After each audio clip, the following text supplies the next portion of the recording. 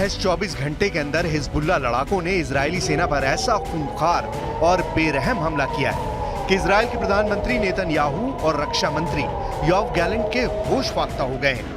Israel को रत्ती भर उम्मीद नहीं थी कि हिजबुल्लाह तेल अवीव के पास इजरायली सेना के गिलॉट बेस को तबाह कर सकता है। हिजबुल्लाह के चीफ नसरल्लाह ने डंके की चोट पर दावा किया है कि हिजबुल्लाह ने रॉकेट और ड्रोन हमलों से इजरायल के 22 सैनिकों को मार डाला है। लेबनान के अल मयादीन टीवी चैनल ने हिजबुल्लाह और यूरोप के अपने सूत्रों के आधार पर जो दावा किया है वो हैरान करने वाला है। लेबनान के अल मयादीन टीवी चैनल के दावों के मुताबिक इजराइल पर हिजबुल्लाह ने 2 चरणों में हमले किए हैं। हम आपको एनिमेशन के जरिए समझाने की कोशिश करते हैं कि आखिर हिजबुल्लाह ने इजरायली सेना पर इतना बड़ा हमला कैसे किया है। अल मयादीन टीवी चैनल के मुताबिक हिजबुल्लाह ने इस बार ऑपरेशन अरबाइन के तहत इजरायली सेना पर हमला किया है। खबरों के मुताबिक हिजबुल्लाह लड़ाकों ने इजरायल की राजधानी तेल अवीव से कुछ किलोमीटर दूर इजरायली सेना के गिलॉट बेस और ईन शेमर एयरबेस को निशाना बनाया है। हिजबुल्लाह ने हमले के पहले चरण के तहत इजरायल की खुफिया यूनिट 8200 को निशाना बनाया है। दावों के मुताबिक शुरू में हिजबुल्लाह ने अंधाधुंध रॉकेट से इजरायली बेस पर हमले किए, जिसमें से ज्यादातर रॉकेट को इजरायल के आयरन डोम ने तबाह कर डाला।